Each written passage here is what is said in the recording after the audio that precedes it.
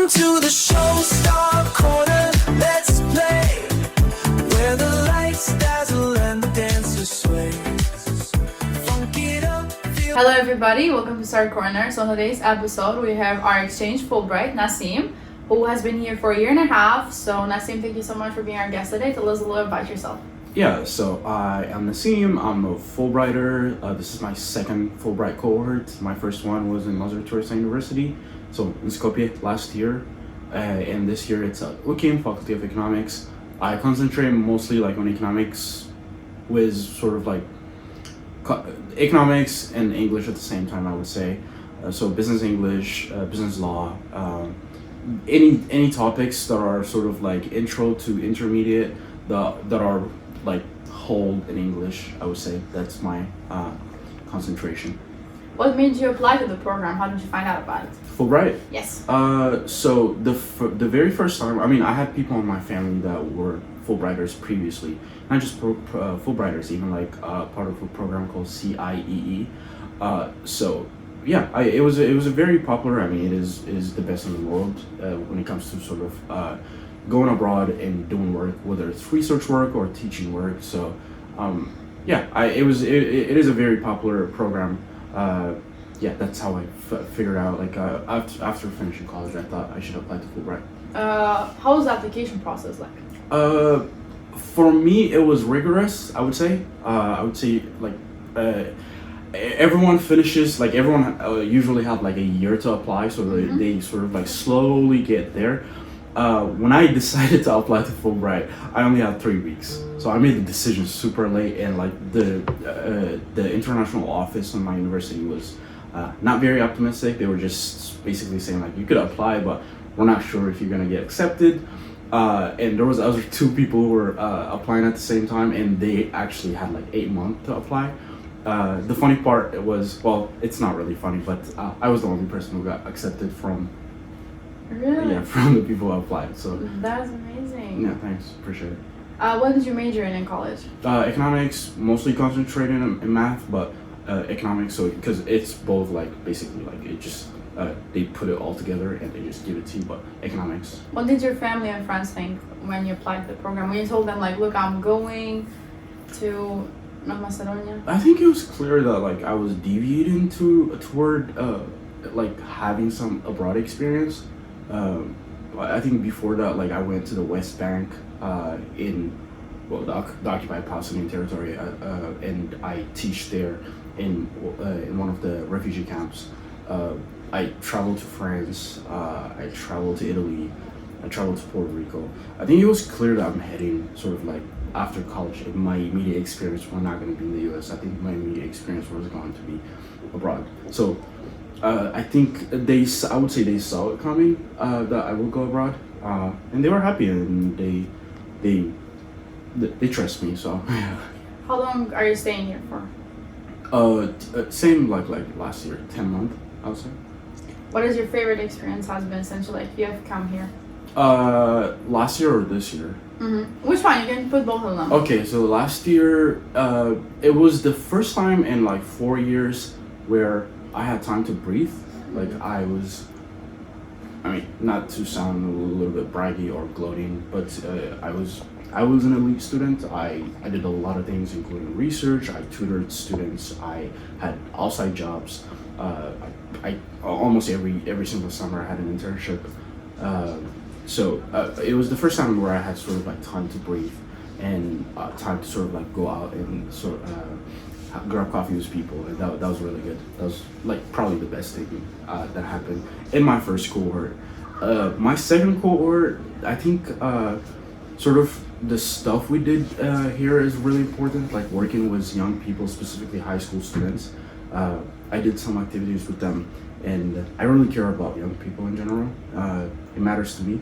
It's one of the reasons we're doing Fulbright, is to help students.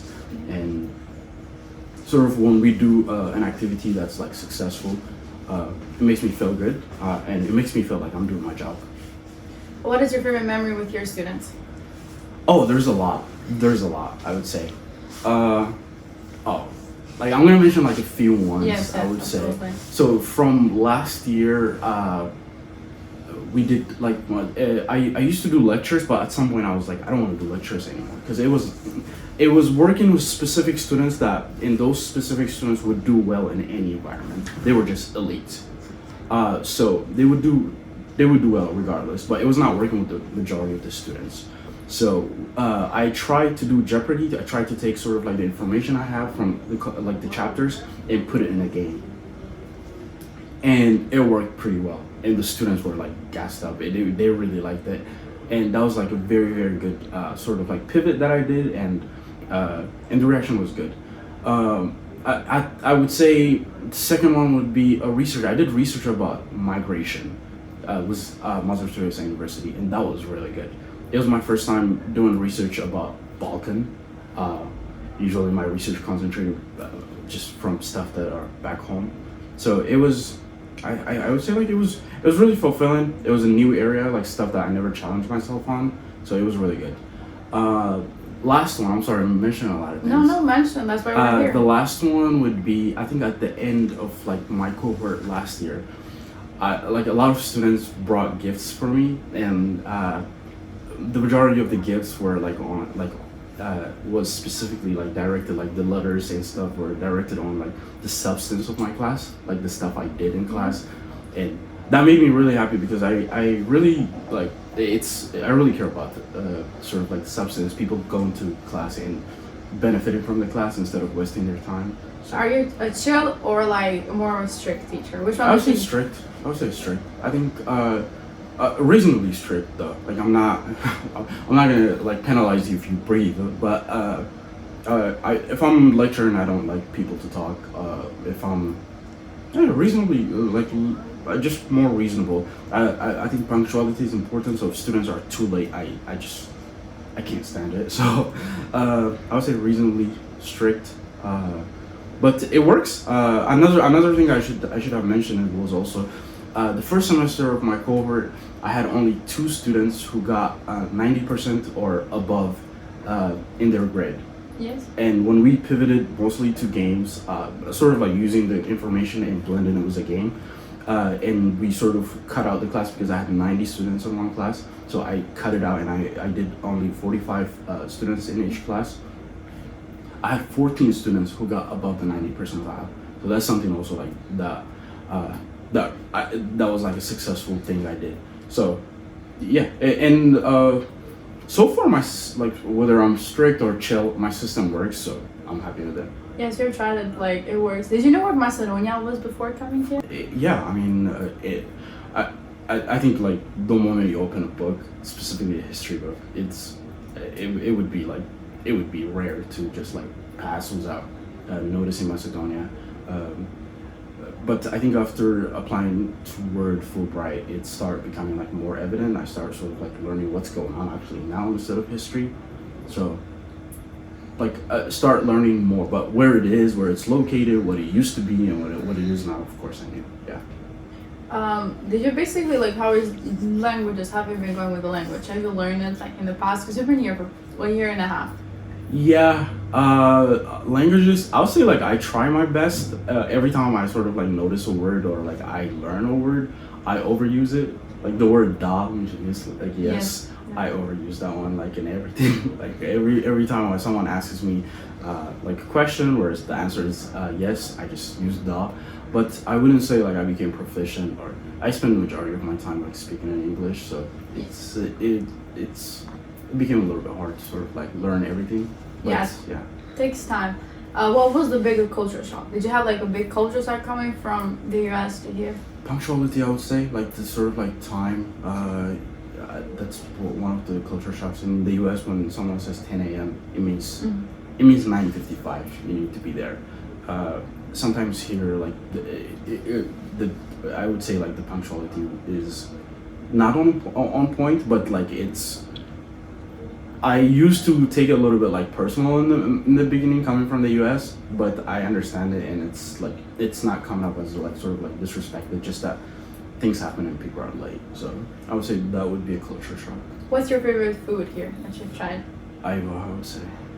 Aiva is it is hopefully that's the way to say it. Yeah, also, Aiva is that? Aiva, Yeah. yes. I loves bread. I would say that's like I'm very sensitive with food, so I don't eat even at home I don't eat every food. But if I would choose a Macedonian food, it would be Ivo. How many places? Like, have you traveled? What's your favorite place you've traveled in Macedonia until now? Similar with food, I'm very picky with places as well. So Matka is my favorite place. It's not just like, not just in Macedonia, but it's also like in Europe. Like one of my favorite places I visited, and it's mind-blowing place. Yes, thank you. What do you think? Will you miss home when you go Macedonia? When you miss? Will I miss Macedonia when I go home? I think I did over the summer. Like when you go and like sort of when you go and to a coffee shop in the U.S. and the coffee costs us $5 and the coffee here costs us like $1, you would definitely miss it. But it's also like the quality of the coffee. I mean, we're pivoting to coffee, but the quality of the coffee here is next level, and I always miss that. I have. I think with a lot of people I have good relationships, so I would definitely miss those people. Even the Fulbrighters that like I have sort of some type of associations with, even though they will be in the US, they will not be from the same states. So I won't miss those people as well. Okay, so Nasim, do you think you're gonna gain from this like experience professionally, like on yourself? Like, what have you gained So since far, being here? okay. Yes. I think a lot. I would say I think the one that's like clear that I really got really bad. Like I went from 0 to like 100 Yes. was my public speaking, and speaking in front of like a large amount of students helps a lot. Speaking sometimes like getting asked a question that's like hard question in class, then where you have to handle sort of like where you have to handle pressure. Yes. It really helped my public speaking. I don't think my public speaking was like this 2 years ago. It's become really good, and it was a good journey. Another thing is, it's more of like the time I spent here. I used it wisely, so I mean being an economics like student previously and a graduate, like I code, but having the time here, I think I expanded to multiple programming languages, which that was like, I never thought like I would have the time to do it. I usually I think when I was in college, I only did R and I did Python, but right now like I could do SQL and like multiple, like I could do MySQL and like a different one of SQL as well. So which is really good. So professionally, I would say like those things. Yeah. What is the difference between like the colleges here in the US? Because you're also a teacher, like, and you have experience. What's the biggest difference? I mean, the system is different. The student body is different. Also, like the priority is different. In the US, school is super expensive. Where you like, if you don't go to class while you're paying $30,000 a year, I mean, I don't even know what to say to that. Like usually classes are full unless you have like an emergency where you cannot come. You're sick or there's something going on. But usually students do come. Here it's schools are not like insanely expensive, so you don't have like that issue. I would say that, and the system is different. In the U.S., it's really important to sort of like to be above B, meaning like above 80%. Here, some of the students are okay with 6, or like with like 60% or 70%. They're okay with that. So it's different, but I think in both sides there's like smart students, of course. Here the students are, I would say more critical thinkers than we are in the U.S. In the U.S., I think we have more like sort of like technically skilled people. Like I used to have friends who could code since they were like 12. So I think technically I would say more the U.S. Critical thinking I would like adhere more to here. What would you change about the school system here? The school system here, I don't think I have that power to change anything, but I think more structure would help. I would say, like sort of like some of the classes are too long. Like some of the classes are 4 hours long, and they shouldn't be that long. I don't think. I don't see sort of like any person, life or dead, that I would be interested in sitting down and listening for 4 hours. like I think 2 hours would be max. But that's something like they could definitely change.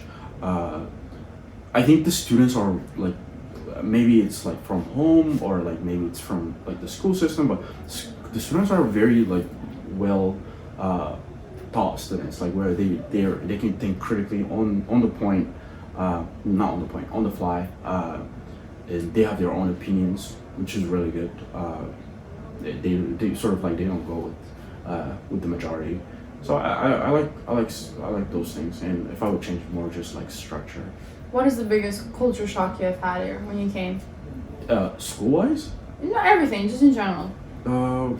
I mean, I would say traffic is one of them. The traffic system is culturally shocking. Yeah, I would say like that. It sucks that I mentioned the negative one. In a positive way, usually like in the U.S. when you ask, if you, we usually don't ask people to go for coffee, but if you do, like the other side usually makes it a little bit like rougher for you to just hang out. At least from my experience, here it's usually like, hey, do you want to grab coffee? And they would, if they have the time, if they have like 30 minutes, they would be like, okay, let's go do it quickly.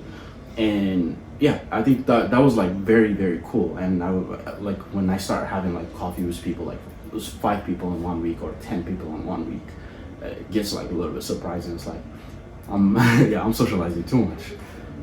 I mean, that's why you're here, like to socialize. And do you think you're gonna miss the friendships when you go back home that you've made here? The friendships I made? Or your students, friendships? Of course, I mean, of course.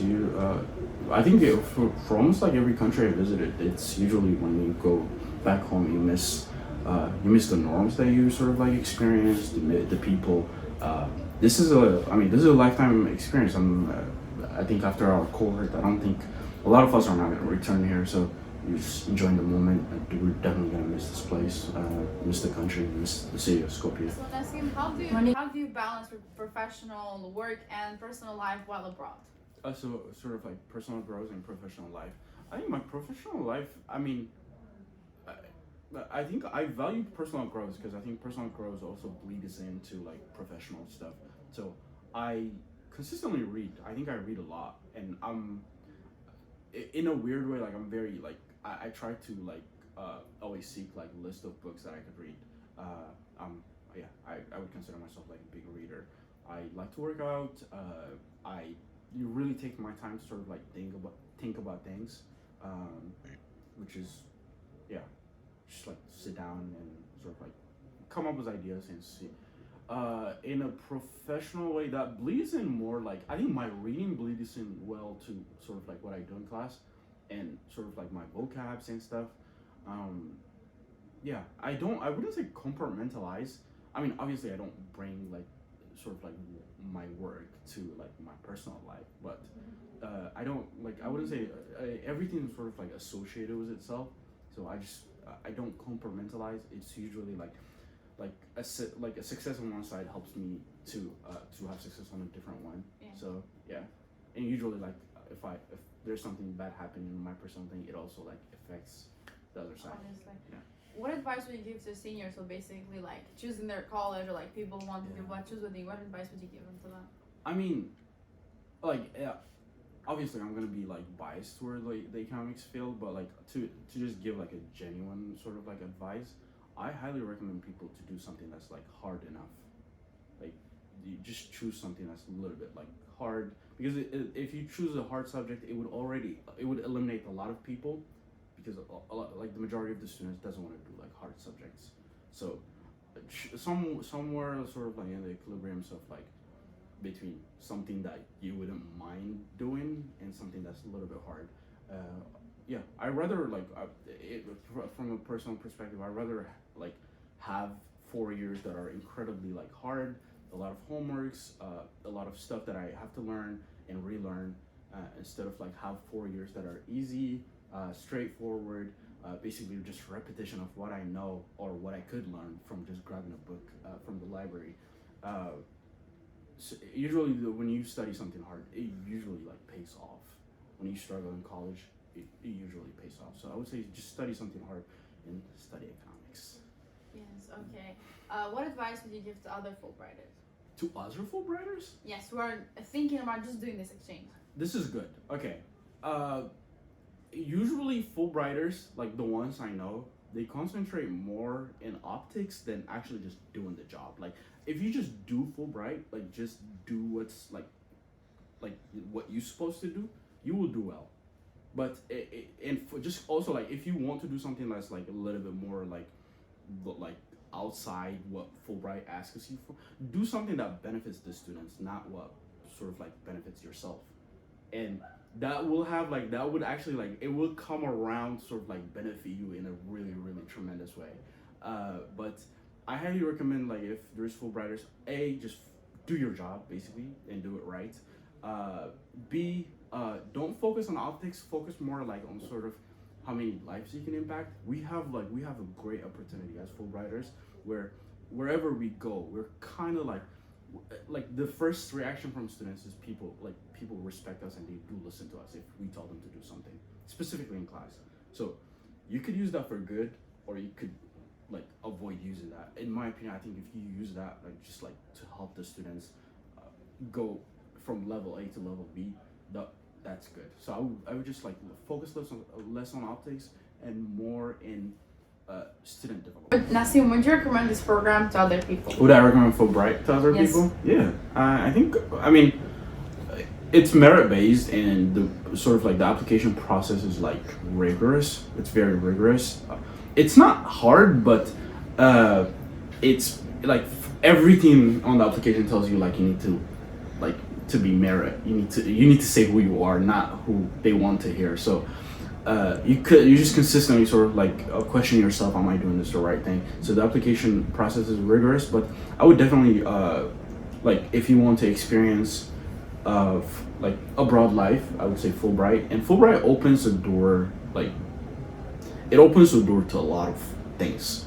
The Fulbright alumna is a rich name alumna. Like it's like you will find people that work almost everywhere in government, private sector that were Fulbrighters when they were young. Like last year, like I had the opportunity to get in a call with someone who works in the New York Times, and she was a Fulbrighter in Kazakhstan. So it's Fulbright. If that's sort of if you want to have an experience abroad, I would say Fulbright. Fulbright is the best. Yeah. What are the 3 words you use to describe your experience?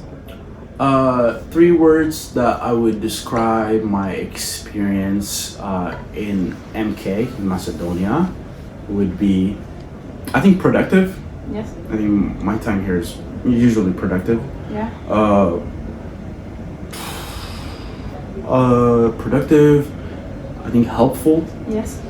And the 3rd word I would describe my experience in Macedonia would be cool. Okay. Yeah. Thank you, Nasim, so much for being our guest. Mm-hmm. Thank you guys so much for watching. See you in the next episode. So get ready now, the show's just begun. In this corner of stars, we're forever old.